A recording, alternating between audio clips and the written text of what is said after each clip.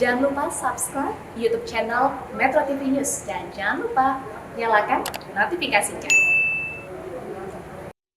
Pemirsa, di tengah tekanan inflasi global dan ancaman resesi, ekonomi Indonesia mampu tumbuh impresif 5,44% pada triwulan kedua 2022 secara tahunan. Ini pun menunjukkan bahwa tren pemulihan ekonomi Indonesia terus berlanjut dan semakin menguat.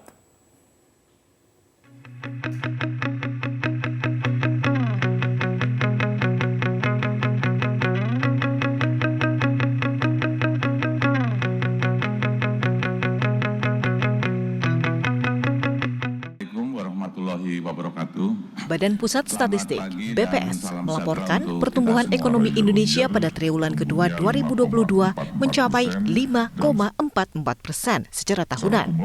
Dan jika dibandingkan pada triwulan pertama, ekonomi Indonesia tumbuh 3,72%. Kepala BPS Margo Yuwono menyebut pertumbuhan ekonomi sebesar 5,44% di tengah tekanan inflasi global dan ancaman resesi cukup impresif. Dan ini menunjukkan tren pemulihan ekonomi Indonesia terus berlanjut dan semakin kuat. Tren pertumbuhan ekonomi tahunan ini meningkat secara persisten. Jadi kalau kita lihat polanya, mulai dari Q3, kemudian Q4, Q1 dan Q2 sekarang ini terus mengalami pertumbuhan, ya, dan terus berlangsung sampai dengan Q2 ini, ya. Ini terus berlanjut, bahkan kalau dilihat dari angkanya semakin meningkat, ya. Jadi Q2 ini 5,44, ya, itu lebih tinggi kalau dibandingkan dengan Q1 yang 5,01. Sepanjang triwulan 2 2022, kinerja ekonomi Indonesia secara global dipengaruhi gangguan rantai pasok yang berdampak pada peningkatan harga komoditas unggulan Indonesia dan memberikan windfall profit pada kinerja ekspor.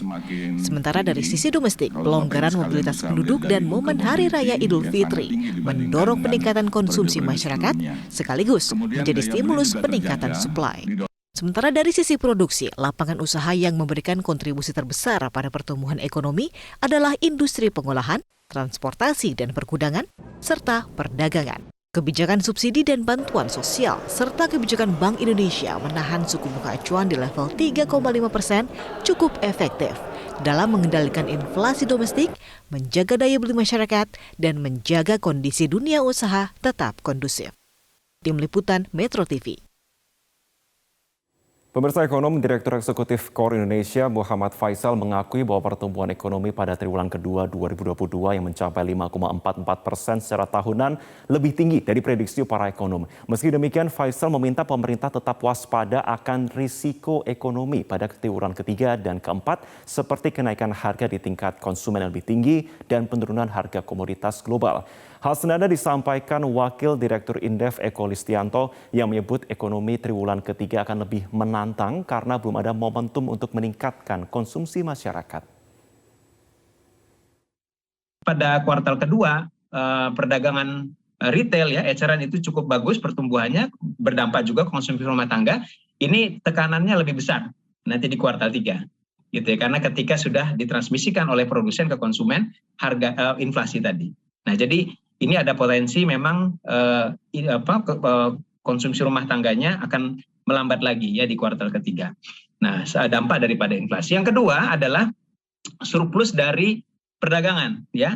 Surplus perdagangan ini kan karena kita memang harga komoditasnya melonjak luar biasa, dan yang terbesar memang lonjakan harga komoditas di kuartal kedua.